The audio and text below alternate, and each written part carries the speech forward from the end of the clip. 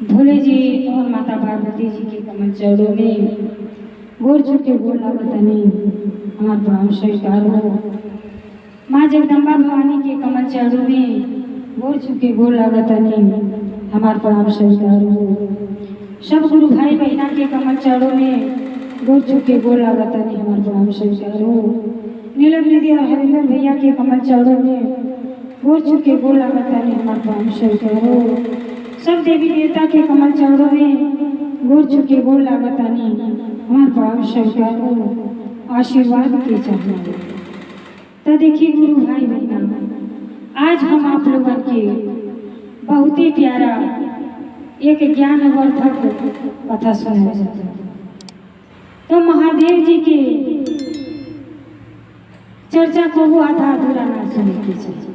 काहे खातिर कि आधा कथा सुनने से परम पिता परमेश्वर और माता पार्वती जी की अपमान है। पूरा कथा सभी सुनो तो आप लोगों के ज्ञान भी मिली और कथा के रहस्य के बारे में पता चली कि कथा से हमारे की का सीखी थी। तो ये कथा जो है देखिए बहुत ही प्यारा बा।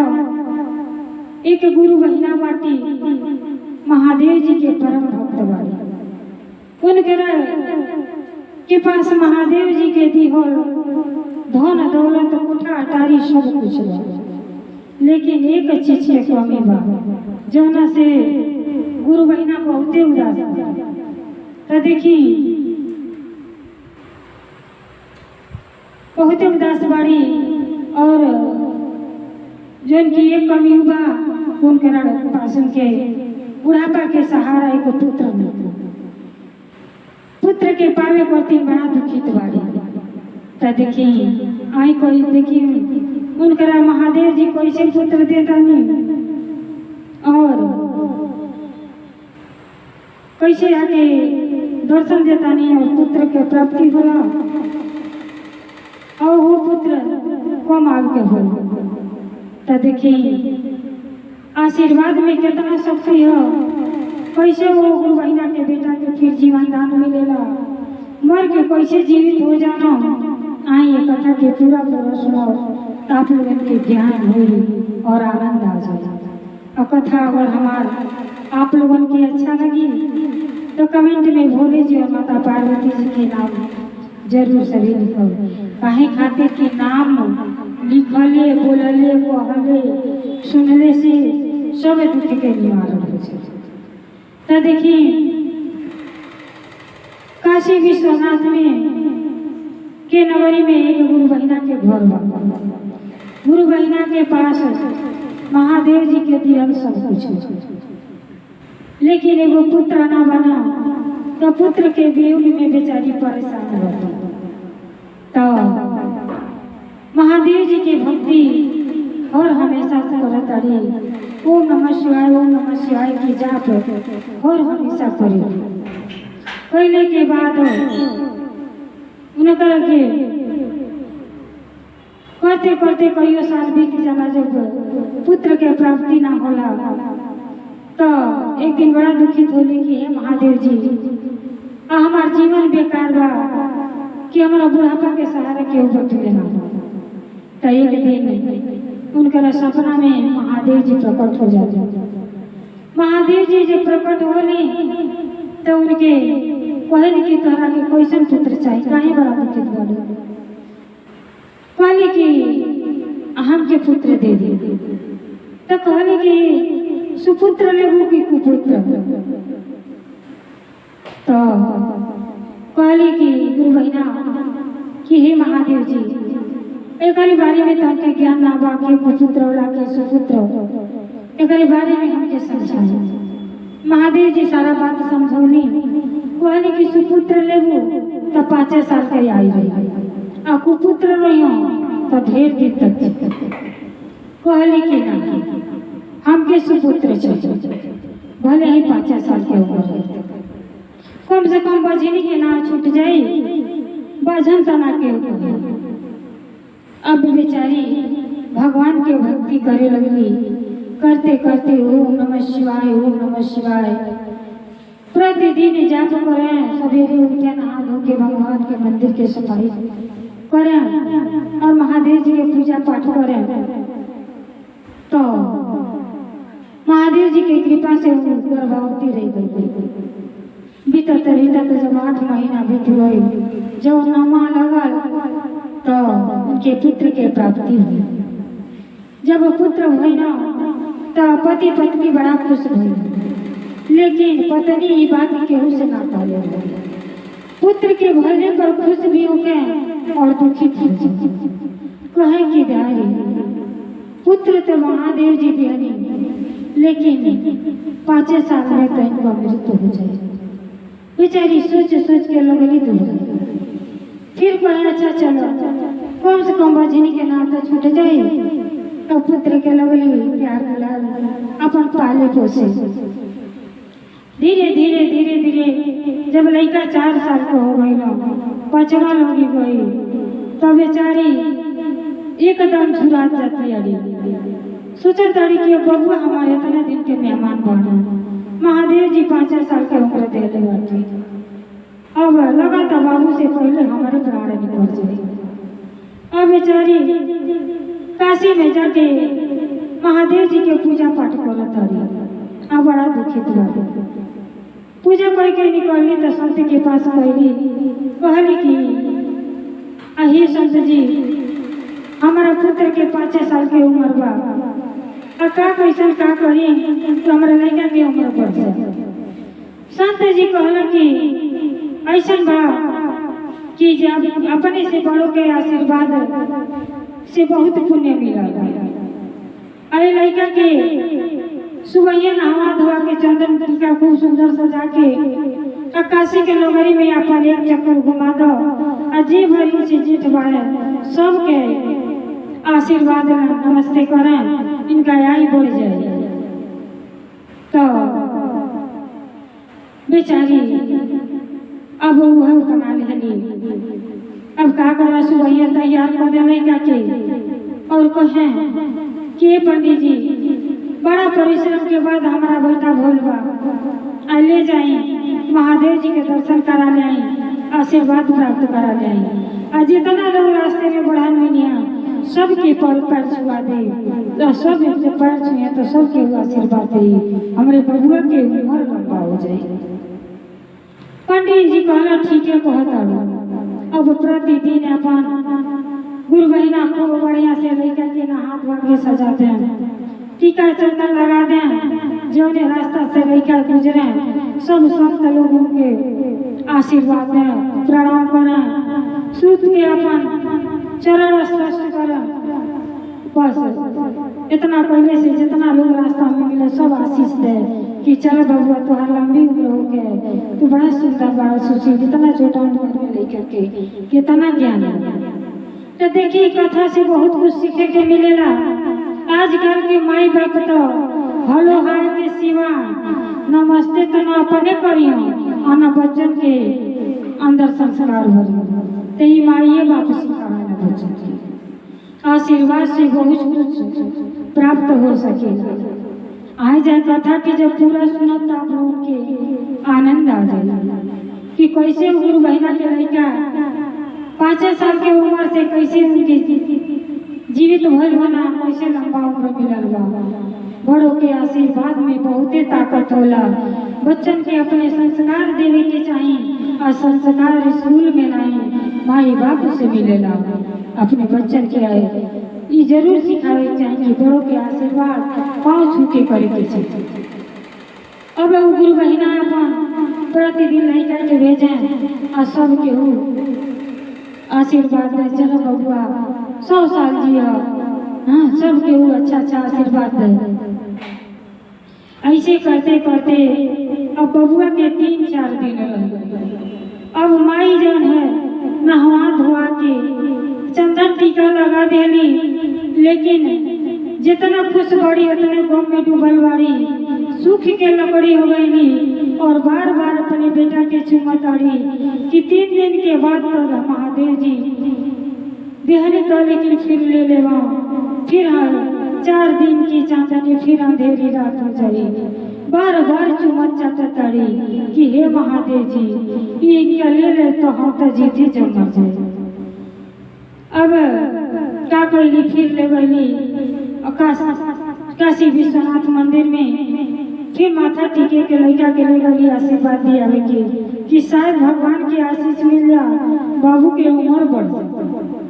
जैसे चंदन टीका लगा के आगे आगे बालक चलता ना, तो उधर से संत लोग गंगा स्नान करके महादेव जी के मंदिर में जाए करते ना होता लोग। तो ऐसे लड़का रास्ता में मिल गए ना, और सूत के सातों संत के पैर पर पड़ के और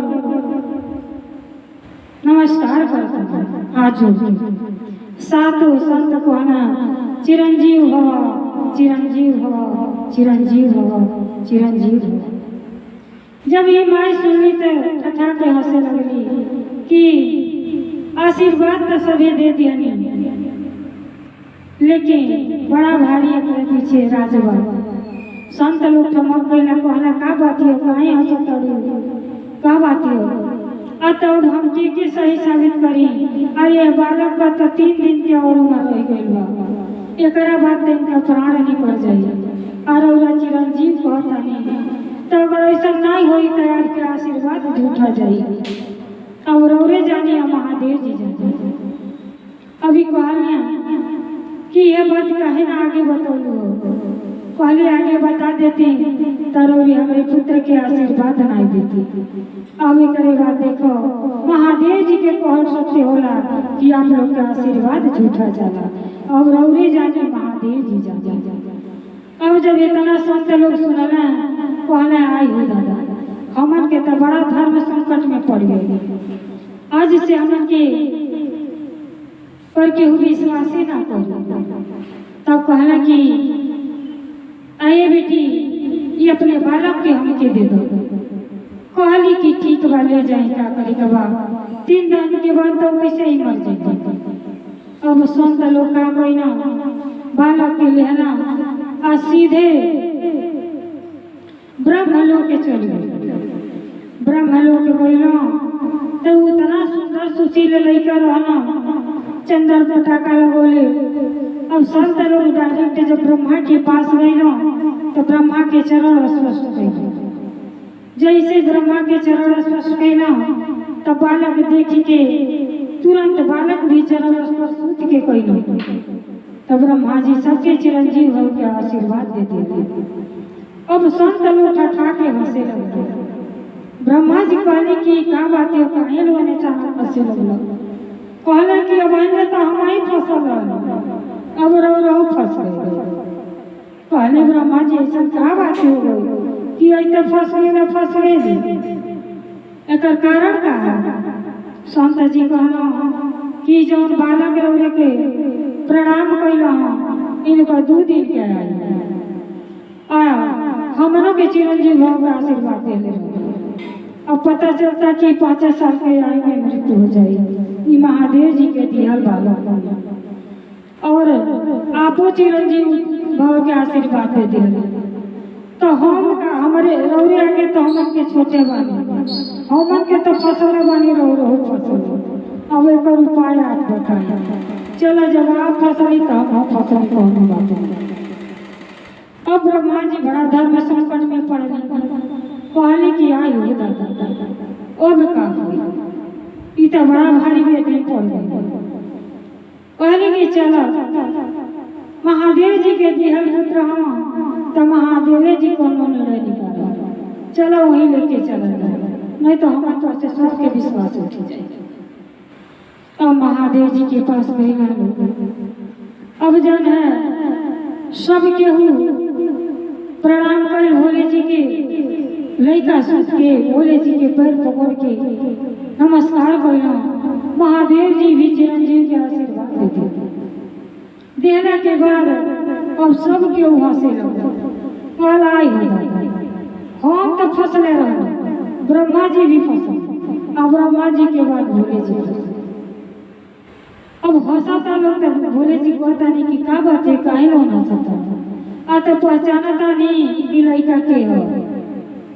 अरे लड़का रावरे दिहल वरदान आन के चिरंजीव होके के वरदान दे दिया हम दे दिए ब्रह्मो जी दे दिए रहो दे दिए और 2 दिन में लड़का के प्राण निकल जाए तो बताई तीनों जनी के वचन झूठा जाए और का कोई संत लोग कहना कि हम मन के तक होने खेत में नहीं रौरा सभे समझी जब रौरा सभे के झूठा साबित भगवा दे सब तो हम मन के तक कौन बतेंगे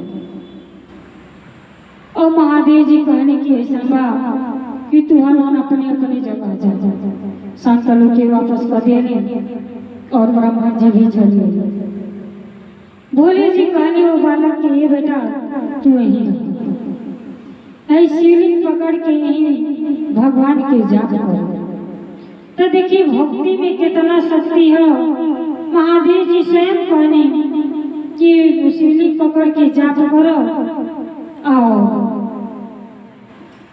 कबो हिम्मत ना हरी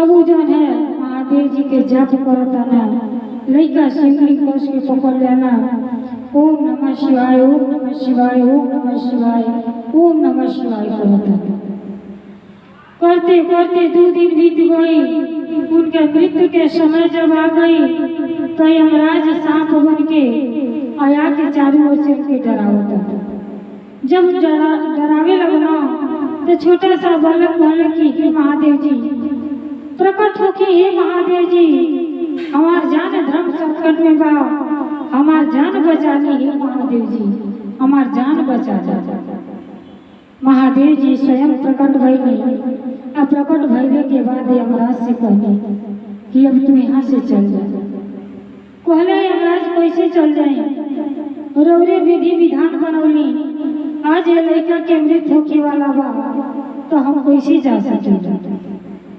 तब महादेव जी अपने विद्या से उनके उलझा के और कहनी ऐसा बा कि अब वही तुम्हारे हिसाब से पूरा होगा लेकिन हमारा हिसाब से लड़का के वही मृत्यु पूरा नहीं के हो तू यहाँ से वापस लौट जा लौट गई ना और बेचारा लड़का के महादेव जी माता सती जी आई और माता सती जी महादेव जी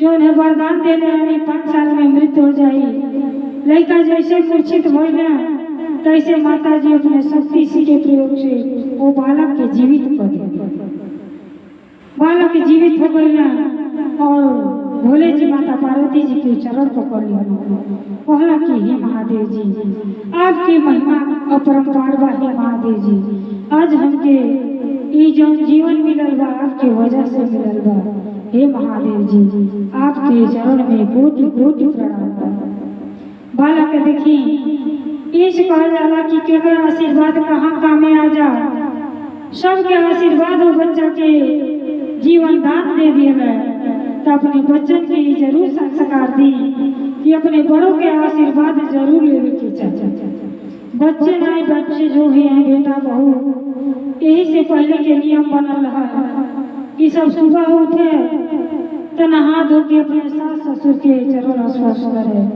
आशीर्वाद में बहुत ताकत है पति के आशीर्वाद में लेकिन आज कल तो इतना शर्म बा कि गोड़ छोड़े में जितना शर्म बा ना कुछ में ना बड़ा मन से यहाँ तला में से लगे से कहिए नमस्ते करो तो देखिए कलयुग है इसके नाम कलयुग कहा जाता है कलयुग में जब ज्ञान से नहीं जुड़ा अपन केहू के गुरु ना बनाए चर्चा भजन से ज्ञान मिले तो ज्ञान के मार्ग अपनाई तबे आप लोग को ज्ञान मिली और जब गुरु बनाए तो ज्ञान मिले तो देखिए महादेव जी के ऐसा कृपा हुई वो लड़का के जीवन दान मिल गई इधर माई बाप उनको रोत रोत जौन है बेहोश हो गई कहला कि हाय रे ऐसा किस्मत बा कि महादेव जी दिहनी तो सुंदर सुशील बालक लेकिन जितना खुशी दिहने में मिलल उससे ज्यादा कम दे दी और सोच सोच के लोग दोनों जनी पागल हो गए। तब तक महादेव जी अपने विमान से बालक के लेके उतरे नहीं, उनके अगना में ले जाके प्रकट हो जाने और उनके माई के गोद में दे गई। माई जब लड़का पावेली तो अति प्रसन्न होली और गुरु जी के चरण में गिर जाली। तो देखिए गिरला के बाद कहली कि हे महादेव जी, आप में देव दानी की में महादानी आप बानी, आप जैसा दानी ते दुनिया संसार में क्यों ना बा। एक माँ के जीवन में आज उजाला ले आने वाला आप ही बानी। हे महादेव जी, आप ही बानी, आपके चरण में कोटि कोटि प्रणाम।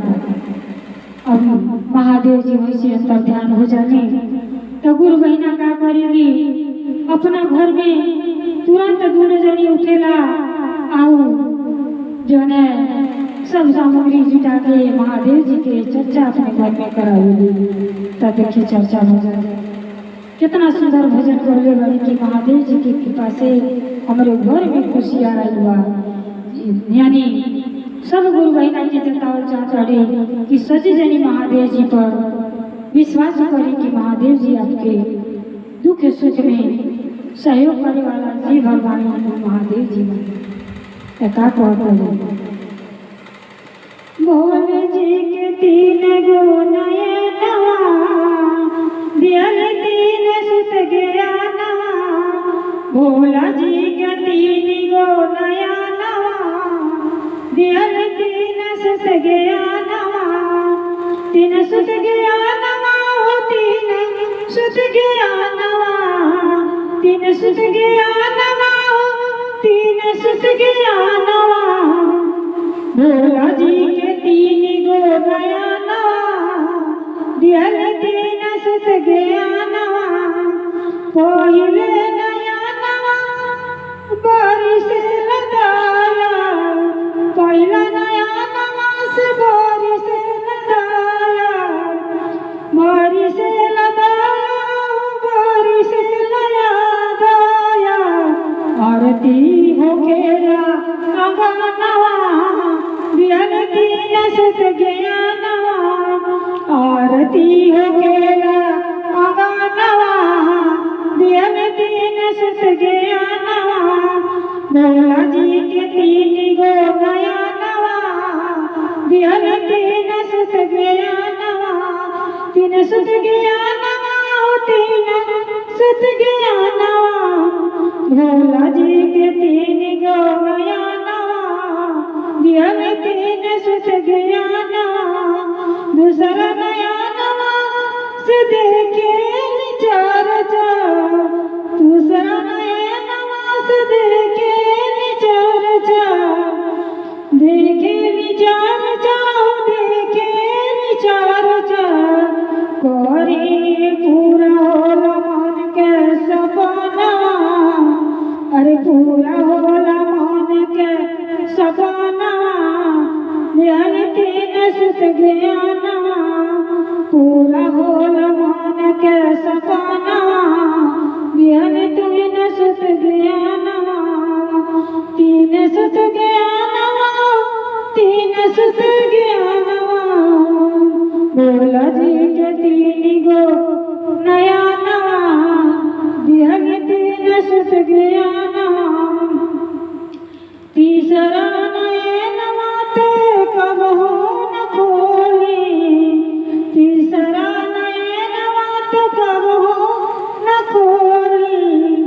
कबहू न खोली हो कबहू न खोली। अरे मिट जाई धरती गगनवा दियल मिट जाई धरती गगनवा। भोला जी के तीन गो नयनवा दियल तीन सुत गया नवा। भोला जी के तीन गो नयनवा दियल तीन सुत गया नवा। देखी बेचारी अति प्रसन्न हुई। बेचारी के को गोद भर गई। लड़का के पाटी चुमा ताड़ी चटा ताड़ी और महादेव जी के याद करके खूब सुंदर भजन सुनौली और चर्चा करौली। अपने आंगन में सब गुरु बहिना के बोलौली और गुरु के महिमा के गुणगान कैली कि देखी गुरु में इतना ताकत है कि जे अपन महादेव जी के गुरु बना ले वो अपने बारे में सोच में ना करी। आपके हर दुख सुख के साथी महादेव जी भी हर चीज में महादेव जी के लिखा रहेला। देखिए जो है अपने पुत्र के जीवन दान मिल गई। सारा घटना बतौली गुरु बहिना लोगन के कि हे गुरु बहिना ई महादेव जी के दिहल हमार पुत्र 5 साल के उम्र लेके आया ना, लेकिन भक्ति में इतना शक्ति है केहू के आशीष लेने के चाहिए, अपने बच्चन के संस्कार देवे के चाहिए कि अपने बड़ों के या बुजुर्गों के आशीर्वाद जरूर लें। और आशीर्वाद में इतना ताकत बा कि हमार लड़का जो है मौत के मुंह से बच गई ना और लंबी आयु पा गई। तो सब गुरु बहिना के मन में आनंद के हो गई। और जैसे महादेव जी वो गुरु बहिना के जीवन में उजाला लगी वैसे सब महादेव जी के कृपा बनल है। हर हर महादेव, हर हर महादेव, भोलेनाथ की जय, सच्चे दरबार की जय।